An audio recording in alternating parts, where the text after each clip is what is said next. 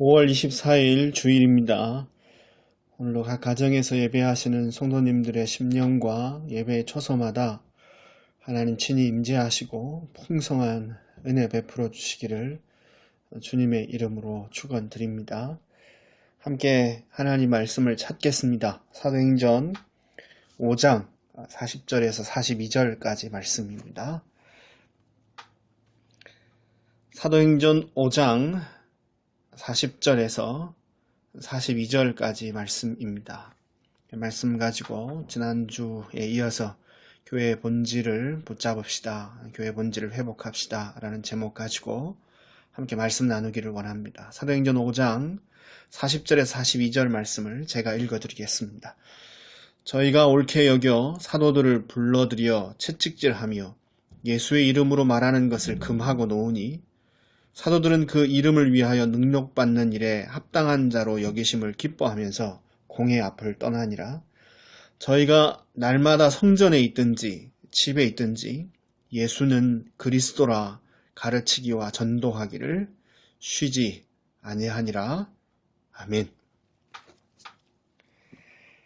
비록 바울은 감옥에 갇혔지만 바울이 전하는 복음은 한 번도 매이지 않았습니다. 복음이 갇힌 적은 없었다는 말입니다.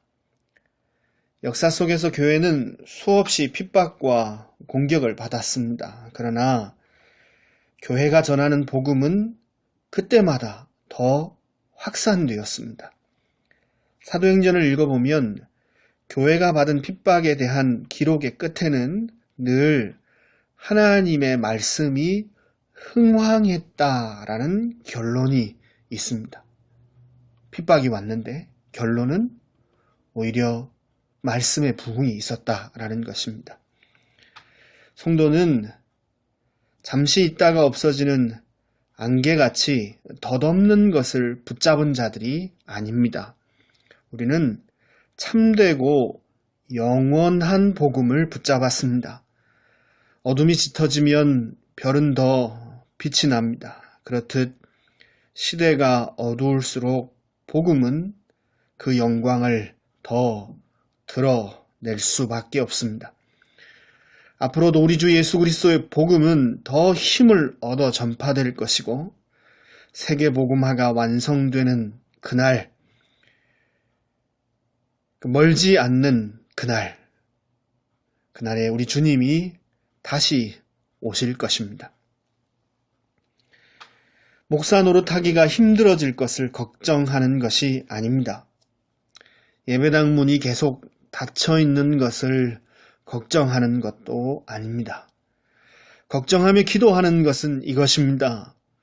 복음 전파의 길을 놓치지 않도록 걱정하며 기도하는 것입니다. 세계복음화의 흐름 속에 계속 들어가 있기를 소망하며 기도하는 것입니다. 저와 성도님들 주변에서 우리가 붙잡은 복음 때문에 새 생명의 역사가 끊이지 않기를 바라며 이것을 걱정하는 것입니다. 이런 이유 때문에 쉽게 변색되고 허물어지는 껍데기 붙잡지 말고 교회가 더 본질적인 것을 붙잡아야 한다고 자꾸 강조드리는 것입니다. 살아남으려면 살아남는 것을 붙잡아야지요. 참되고 영원한 것을 붙잡아야 작금의 시대적 상황뿐 아니라 어떤 환경 속에서도 승리할 수 있습니다. 예배당 문이 닫히는 것이 문제가 아닙니다. 심령의 문이 닫히고 생명의 역사가 사라지는 것이 문제입니다. 이 두려움 때문에 지난 시간에 교회의 본질을 붙잡자라는 말씀을 나누었습니다. 성도님들께도 그렇지만 무엇보다 제 스스로가 이것을 놓치지 않기 위한 몸부림입니다. 사도들에 의해 표적과 기사가 예루살렘에 많이 일어났습니다. 이로 인해서 많은 사람들이 예수님을 믿게 됩니다. 제사장들과 사두개인들의 무리가 이것을 보고 시기하기 시작했습니다. 그래서 사도들과 교회를 핍박했습니다. 핍박은 점점 더 거세져 사도들을 채찍질하고 죽이려고까지 했습니다. 예수의 이름으로 아무 말도 아무것도 못하도록 위협이 가해졌습니다. 그럼에도 불구하고 교회가 포기하지 않는 일이 있습니다. 오늘 본문 42절 말씀입니다. 저희가 날마다 성전에 있든지 집에 있든지 예수는 그리스도라 가르치기와 전도하기를 쉬지 아니하니라. 아멘. 핍박이 거세지고 예수 이름으로 말하고 행하지 말라라는 그런 생명을 위협하는 공격들이 있었지만, 그러나 초대교회 성도들이 쉬지 않고 지속했던 일, 그것은 예수가 그리스도이심을 가르치고 전도하는 일이었습니다. 어떤 상황에서도 놓치지 말아야 할 교회의 본질과 사명이 무엇인지 우리에게 잘 보여주는 내용입니다. 몇 년 전에 이 구절을 아주 상세하게 살펴본 기억이 있습니다. 총 6주 동안에 예수님이 그리스도라는 의미, 또 우리가 그리스도인이라는 의미가 무엇인지 생각했습니다. 오늘 다시 이 말씀 앞에 서서 생명이 위협받는 상황 속에서도 우리가 놓치지 말아야 될 본질이 무엇인지 확인했으면 좋겠습니다. 절대로 쉬지 말아야 할 것이 무엇인지 확인하고 함께 지속하기를 원합니다. 초대교회 성도들은 예수가 그리스도라는 사실을 가르치고 전파했습니다. 이걸 생명처럼 소중하게, 아니 생명보다 더 귀하게 여겼습니다. 교회와 성도의 본질적인 사명으로 붙잡았다라는 얘기입니다. 그리스도는 예수님의 직분을 가르치는 말이다 라고 그렇게 설명드렸습니다.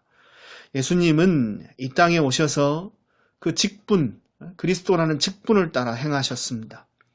따라서 예수님께서 이 땅에 오셔서 우리를 위해서 무슨 일을 해주셨는지, 어떤 일을 하셨는지를 알려면 예수님이 가지셨던 직분을 따라 일하셨으니까 그 직분이 무엇인지를 알아야 합니다.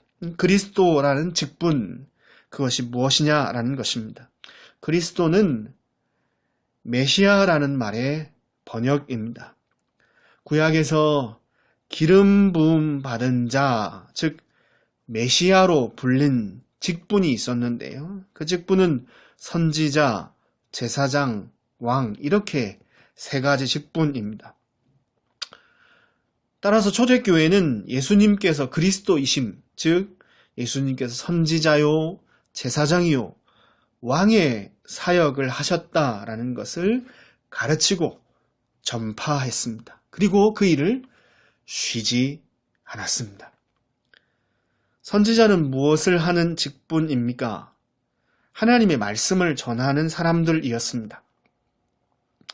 말로, 마음으로, 삶으로, 생명까지 사용하여 하나님의 말씀을 담아 백성들에게 전달했습니다. 백성들의 죄를 꾸짖고 돌이키지 않으면 하나님의 심판이 있다라는 것을 알렸습니다. 또 하나님의 진노 속에서 고통하는 백성들에게 하나님께 돌아가자라고 외쳤습니다. 변치 않는 한결같은 하나님의 사랑을 선포하며 그 품으로 돌아가야 산다고 가르쳤습니다. 하나님의 공의, 하나님의 사랑, 이 두 가지를 함께 전달한 것입니다. 하나님의 공의 앞에 서서 백성들의 죄에 대한 하나님의 심판을 선포했고, 심판받아 고통당하는 이스라엘 백성들을 향하신 하나님의 긍휼이 얼마나 풍성한지 그 사랑에 대해서도 전달했습니다. 예수님은 선지자로서 이 땅에 오셨고, 그리고 십자가를 통해 선지자로서 우리에게 하나님의 말씀을 전달하셨습니다. 무엇보다 하나님께서 죄를 얼마나 싫어하시는지 죄에 대한 하나님의 심판과 진노가 얼마나 무서운지를 알려주셨습니다. 예수님 당하신 조롱, 버려짐, 진노와 저주, 죽음, 지옥의 고통을 통해 하나님께서 죄를 얼마나 미워하시는지 예수님은 선지자로서 우리에게 알려주셨습니다. 뿐만이 아닙니다. 예수님은 선지자로서 십자가 위에서 우리에게 하나님의 사랑도 가르쳐 주셨습니다. 죽어 마땅한 죄인을 얼마나 사랑하시는지 우리 대신 외아들을 저주하시고 죽이신 사건을 통해 말씀해 주셨습니다. 내가 찢기고 피 흘려야 할 자리에서 예수님이 나 대신 고통당하심으로 나를 향한 하나님의 사랑이 얼마나 크고 놀라운지 명명백백하게 말씀하셨습니다. 예수님이 그리스도이심을 확인하는 일을 쉬지 말아야 합니다. 지금 이 상황 속에서 교회인 우리가 지속해야 될 본질적인 사명은 이것입니다. 예수님이 선지자로서 십자가에서 들려주신 하나님의 말씀을 쉬지 않고 배우고 전해야 하는 것입니다. 예수님은 선지자로서 십자가 위에서 정말 두려운 것이 무엇인지 보여주셨습니다. 그것은 전염병이 아니라 죄입니다. 온 세상이 보이지 않는 바이러스가 실존한다는 것을 확인하며 두려워하고 있습니다. 나만은 내 가족만은 피해서 아프지 않고 죽지 않고 살기를 바라고 있습니다. 마스크를 쓰고 손을 씻고 소독하고 외출을 자제합니다. 할 수 있는 모든 방법을 동원하여 전염병에서 벗어나려고 노력합니다. 그 두려움은 실제고 삶의 많은 부분을 통제하고 있습니다. 그러나 보이지 않지만 더 실존하는 죄에 대해서는 여전히 두려워하지 않습니다. 죄에 대한 하나님의 심판과 영원한 죽음은 걱정하지 않습니다. 어떻게 죄의 권세에서 벗어날 수 있는지 알려 하지 않습니다. 죄에 대한 맹렬한 심판과 저주에서 벗어나는 길을 찾는 자도 없고 가르치는 자도 흔하지 않습니다. 전염병에 대한 두려움이 잘못되었다는 것이 결코 아닙니다. 주의하고 방역하는 것도 문제될 것 없습니다. 다만 죄에 대한 두려움, 죄를 심판하시는 하나님의 맹렬한 진노를 걱정하지 않는 것을 문제 삼고 있는 것입니다. 보이지 않는 바이러스에 대한 두려움은 실제가 되었는데 죄에 대한 두려움은 여전히 실제가 아닙니다. 실로 이것이 걱정입니다. 그래서 우리는 예수님이 선지자이심을 배우고 전해야 합니다. 십자가에서 예수님이 가르쳐주신 죄에 대한 죄와 하나님의 심판이 무엇인지 힘써 확인하고 또 힘써 전해야 합니다. 하나님이 얼마나 죄를 미워하시며 회개하고 예수님을 구세주로 모시지 않는 자가 받을 형벌이 얼마나 무서운지 배우고 전해야 하는 것입니다. 미국의 한 제약회사에서 백신 개발에 큰 진척이 있었다는 뉴스가 며칠 전에 있었습니다. 개발된 백신을 투약하는 1차 임상실험에서 항체가 형성된 것입니다. 이 뉴스가 전해지자 그날 미국뿐 아니라 전 세계 주가가 큰 폭으로 상승했습니다. 오늘날의 경제는 아주 복잡한 구조를 가지고 있습니다. 단순히 사고 파는 문제도 아니고 돈의 흐름만을 가리키는 것도 아닙니다. 그 안에는 정치적인 요소, 기술적, 과학적인 요소 등 여러 가지 것들이 함께 섞여져 있습니다. 그리고 주가는 그 경제를 보여주는 중요한 지표 중 하나입니다. 그런데 이 주가라는 것이 참 우습게도 감정적인 영향을 크게 받습니다. 쉽게 말하면 분위기가 좋으면 올라가고 분위기가 나쁘면 떨어지는 것입니다. 사람들의 심리에 의해 많은 부분이 좌지우지 되는 것입니다. 그래서 전염병 때문에 사회적 불안감이 높아지자 주가가 곤두박질 쳤다가 백신 개발에 진척이 있다는 소식을 듣고 사람들이 희망을 다시 갖자 다시 반등하는 것입니다. 작은 희망적인 뉴스 하나가 이렇게 많은 것을 움직입니다. 정치적인 배경도 있고 누군가가 얻게 될 경제적인 유익 때문에 의도된 부분도 있을 수 있습니다. 그래서 다 믿을 만한 소식이 아닌데도 불구하고 사회적 분위기가 절망적일 때는 이렇게 작은 희망의 메시지가 큰 영향을 미치게 되는 것입니다. 그렇다면 사람들이 진짜 희망의 소식을 붙잡게 된다면 어떻게 되겠습니까? 죽음의 두려움도 이길 수 있는 참된 소망을 붙잡게 된다면 그 영향이 얼마나 클지 상상해 보십시오. 예수님은 선지자로서 우리에게 참 소망의 메시지를 전달해 주셨습니다. 십자가에서 우리를 향한 하나님의 사랑이 그 긍휼과 자비가 얼마나 크고 신실하며 실제적인지를 가르쳐 주셨습니다. 우리 믿음의 선진들에게 이 사랑은 다른 어떤 것보다도 실제적인 것이었습니다.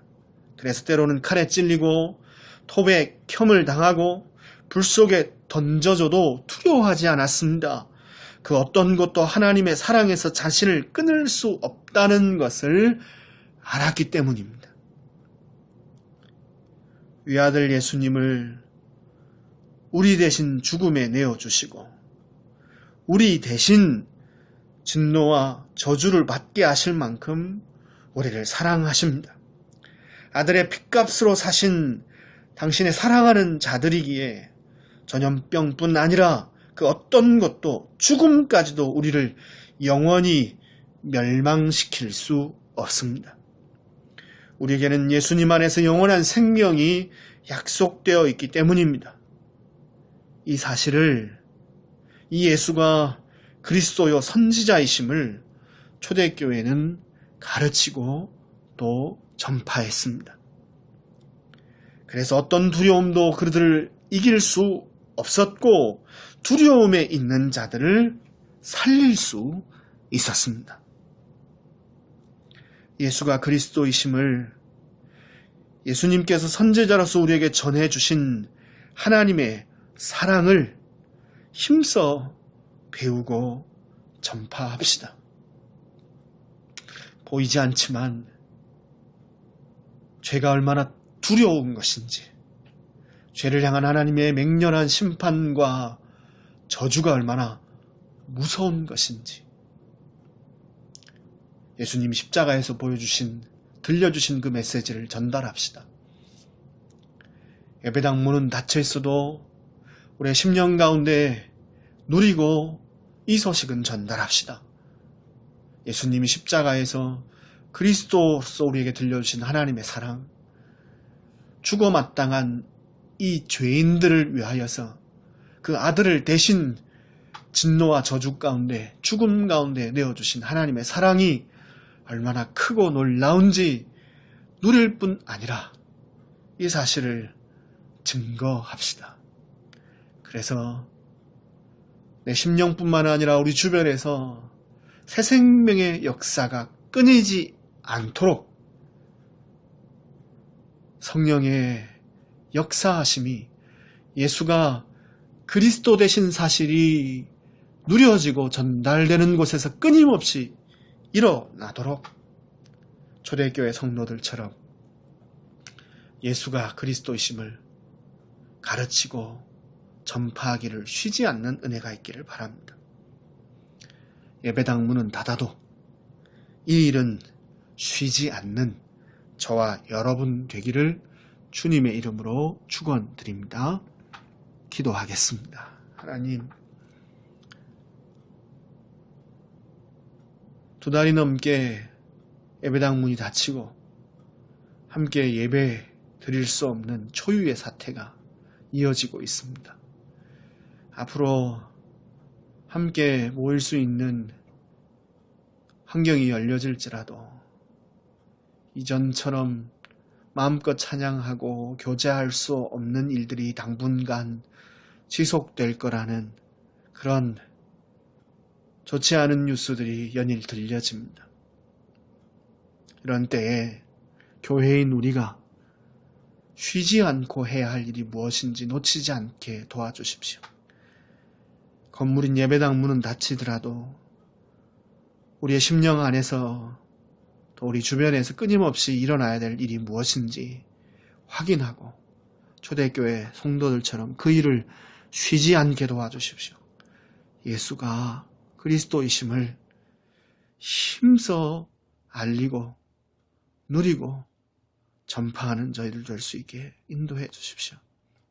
예수님 십자가에서 그 진노, 고통, 죽음 당하심으로 우리에게 들려주신 죄에 대한 하나님의 맹렬한 심판, 죄가 얼마나 두려운 것인지를 깨닫고 전달하게 도와주십시오. 죄인들을 향하신 하나님의 사랑 또한 얼마나 크고 놀라운지 벌레같이 보다 못한 인생들 위하여 그 독생자 외아들을 대신 죽게 하시고 지옥 고통 당하게 하신 우리를 향하신 하나님의 사랑이 얼마나 놀라운지 십자가에서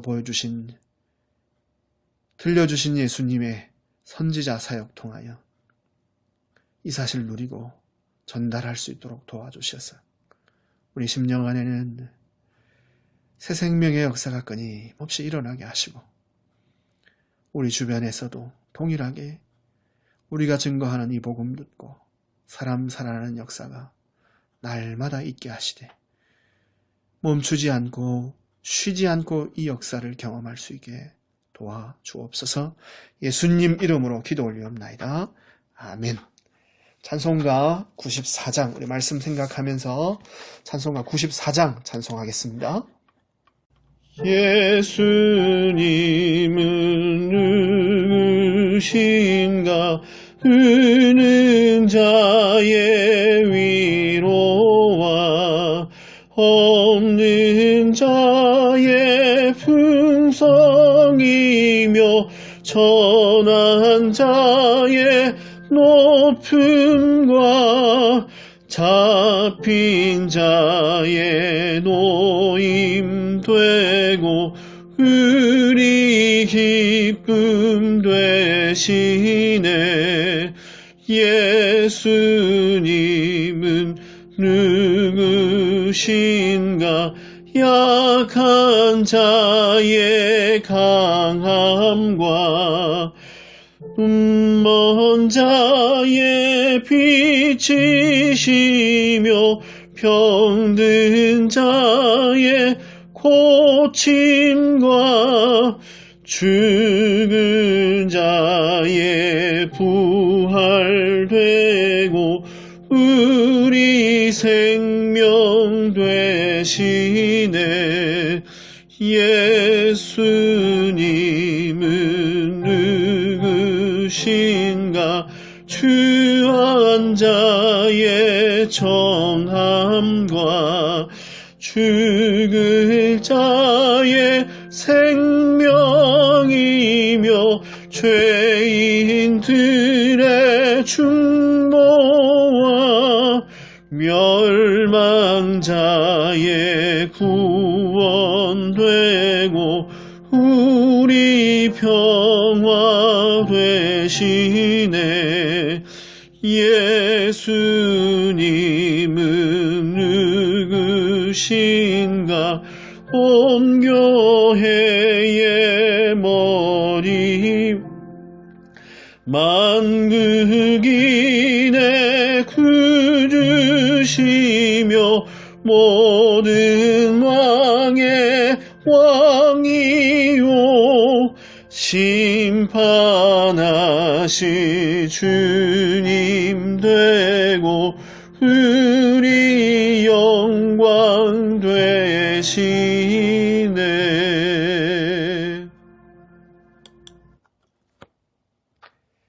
이제는 우리 주 예수 그리스도의 은혜와 하나님 우리 아버지의 극진하신 사랑과 성령 하나님의 교통, 충만, 함께 하시는 역사가 예수님이 그리스도로서 선제자로서 우리에게 들려주신 생명 얻는 소식, 그 소식 누리며 증거하기를 쉬지 않기를 소원하는 주의 백성들 머리 위와 가정과 생업과 손대는 모든 일들 위에 이제로부터 영원토록 항상 함께 있을지어다. 아멘.